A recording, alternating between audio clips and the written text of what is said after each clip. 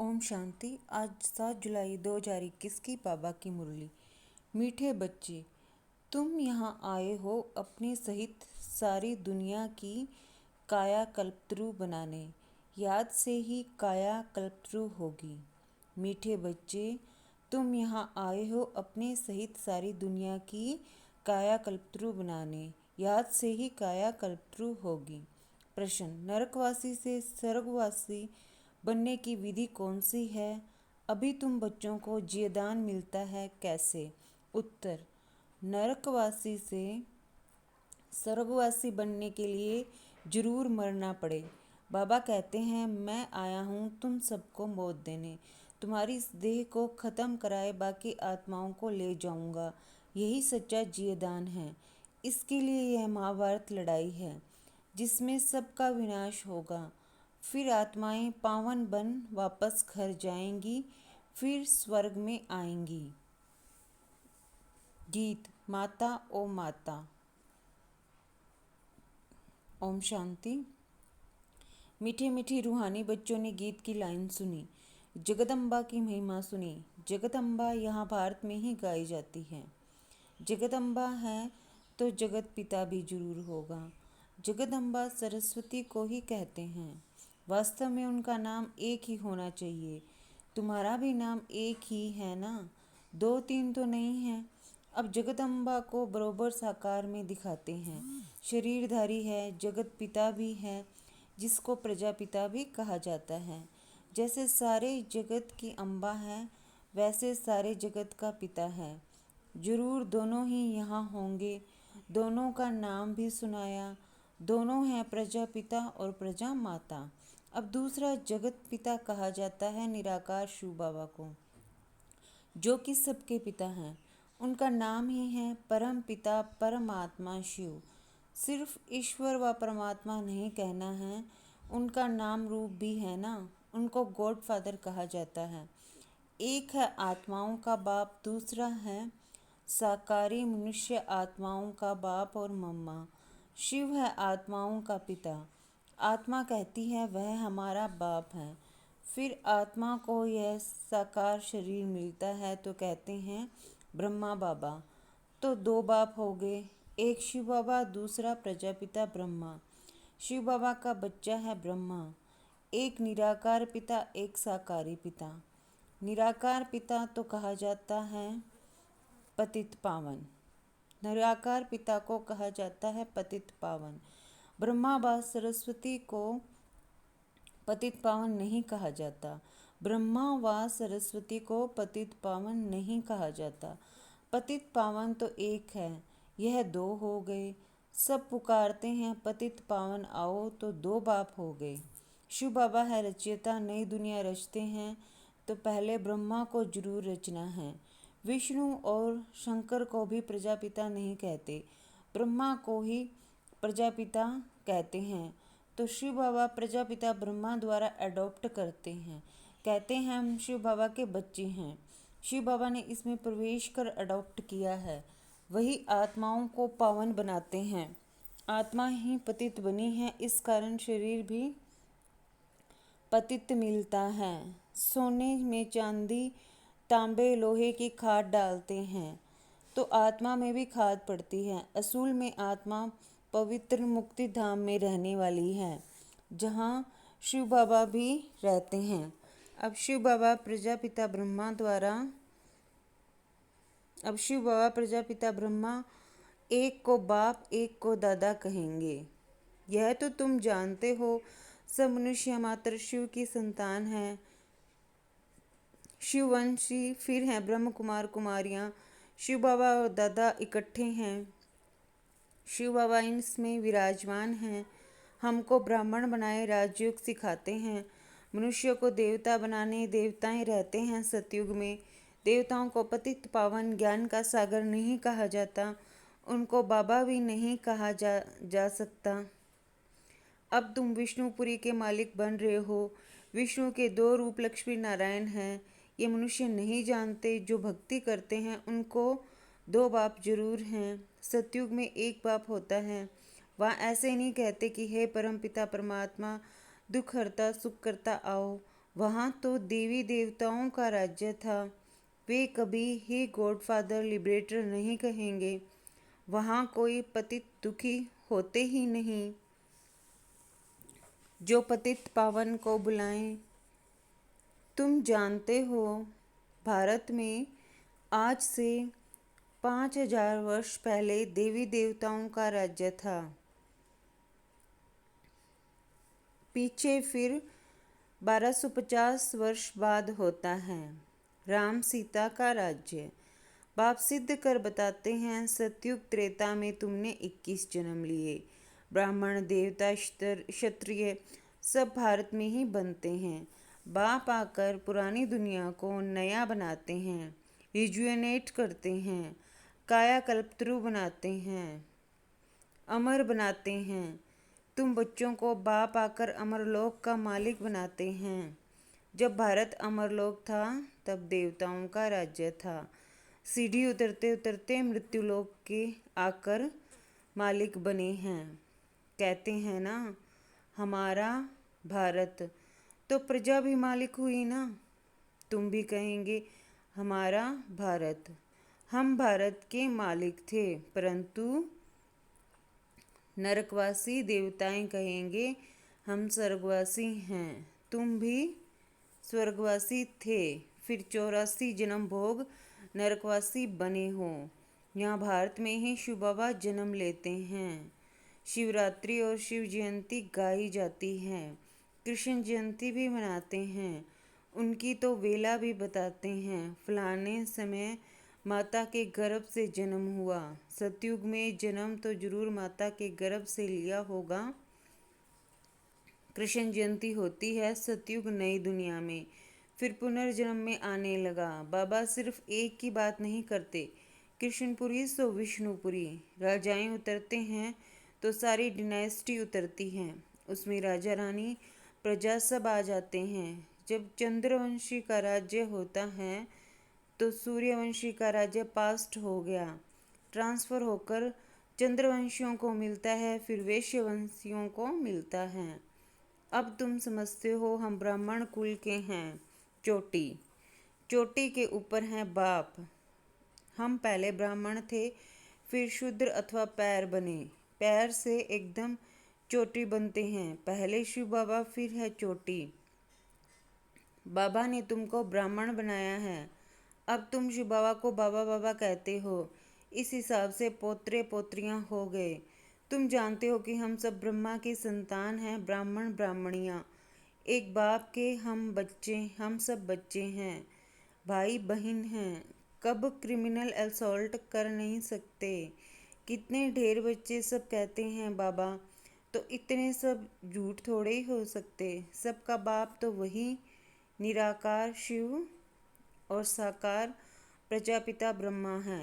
बस एक बाप के बच्चे भाई बहन ठहरे। तुमको पवित्र जरूर बनना है।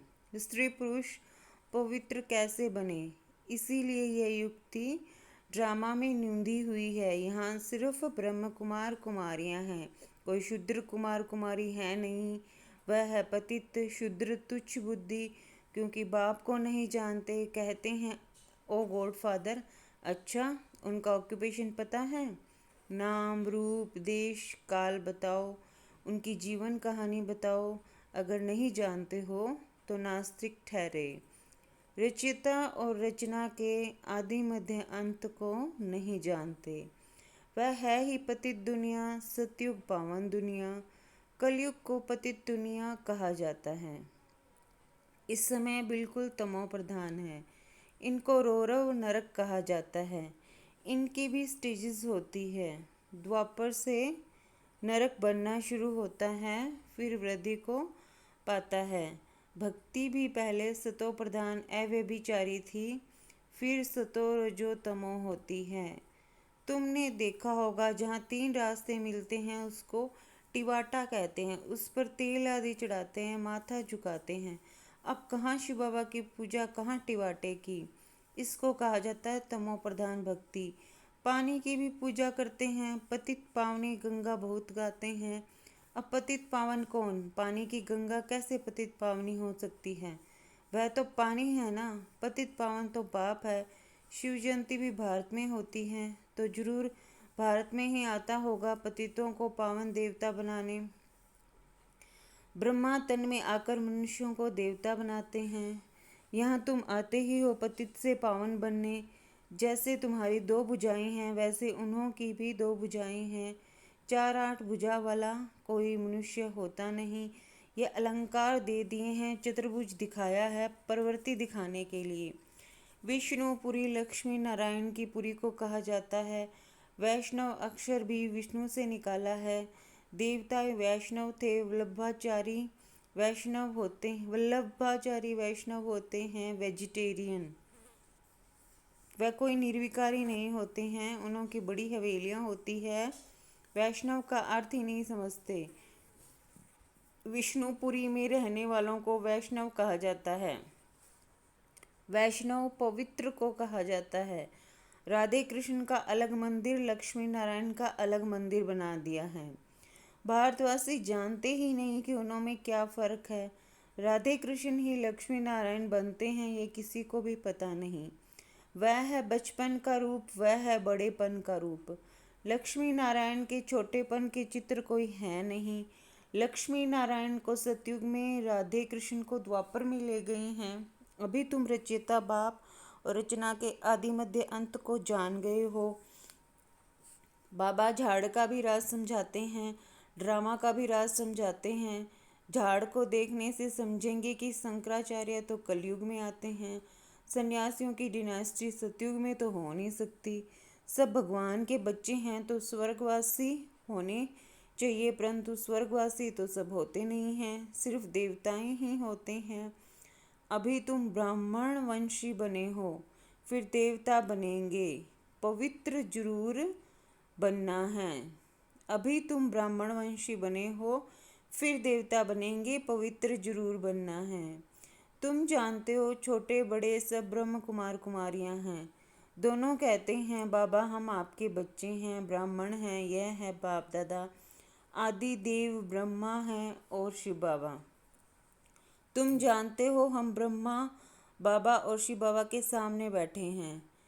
बाप कहते हैं मुझे याद करो तो पतित से पावन बन जाएंगे। हम वर्षा शिव बाबा से लेते हैं। शिव बाबा हमारा बाप भी है, पतित पावन भी है, गुरु भी हैं। अब यह है संगम युग, पतित से पावन बनने का मेला। पतित पावन द्वारा ही पावन बनते हैं संगम पर। नदियों और सागर का मेला है। नदियों का मेला तो होता नहीं, अब ज्ञान सागर और तुम आत्माओं बच्चों का मेला लगता है। तुम आए हो ज्ञान सागर के पास, ज्ञान गंगाएं तुम ज्ञान सागर से निकली हुई हो। तुम ज्ञान स्नान कराए पावन बनाते हो, योग सिखाते हो। सागर का परिचय दे तुम यहाँ ले आए हो मेले पर। इस समय तुम जब ब्राह्मण बनते हो तो तुमको 3 बाप हैं। लौकिक पिता भी है और प्रजापिता भी है और फिर शिव बाबा भी है। भक्ति मार्ग में 2 पिता होते हैं, सतयुग में 1 पिता होगा। यह समझने की बातें हैं।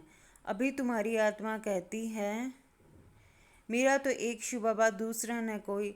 मित्र संबंधी आदि होते हुए भी कहते हैं मेरा तो एक शिव बाबा है, उनकी याद से ही पतित से पावन बनना है।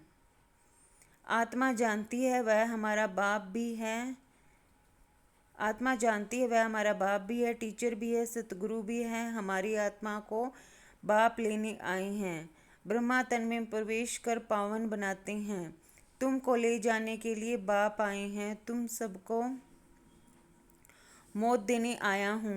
नरकवासी से स्वर्गवासी बनाने के लिए जरूर मरना पड़े ना। तुम्हारी इस देह को ख़त्म कराए बाकी आत्माओं को ले जाऊंगा। बाप कहते हैं तुमको जिये दान देता हूँ। यह महाभारत लड़ाई है ना, सबका विनाश होगा, नहीं तो कैसे ले जाऊंगा। आत्माओं को पवित्र बनाए घर ले जाता हूँ।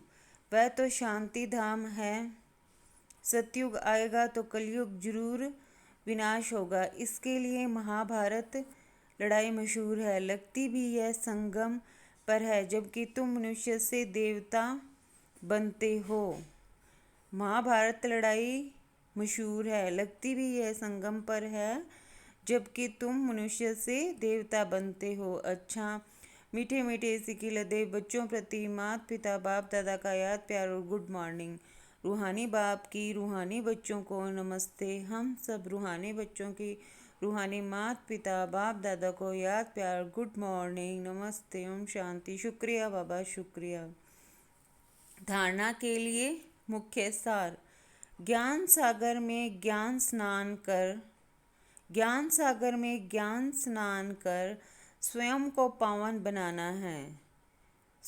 पावन बनाना है। मित्र संबंधियों के साथ रहते बुद्धि में रहे, मेरा तो एक शिव बाबा दूसरा न कोई। विष्णुपुरी में चलने के लिए पक्का वैष्णव अर्थात पवित्र बनना है। नरक से जीते जी मरकर बुद्धि योग स्वर्ग में लगाना है। वरदान।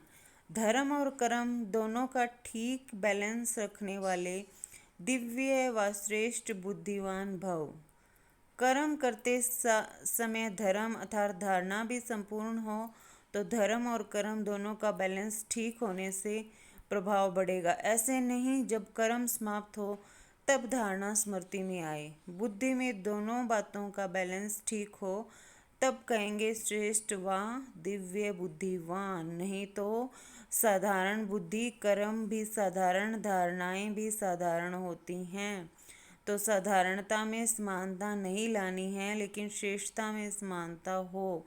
जैसे कर्म श्रेष्ठ वैसे धारणा भी श्रेष्ठ हो। स्लोगन। अपने मन बुद्धि को अनुभव की सीट पर सेट कर दो तो कभी अपसेट नहीं होंगे। अपने मन बुद्धि को अनुभव की सीट पर सेट कर दो तो कभी अपसेट नहीं होंगे। अच्छा, ओम शांति।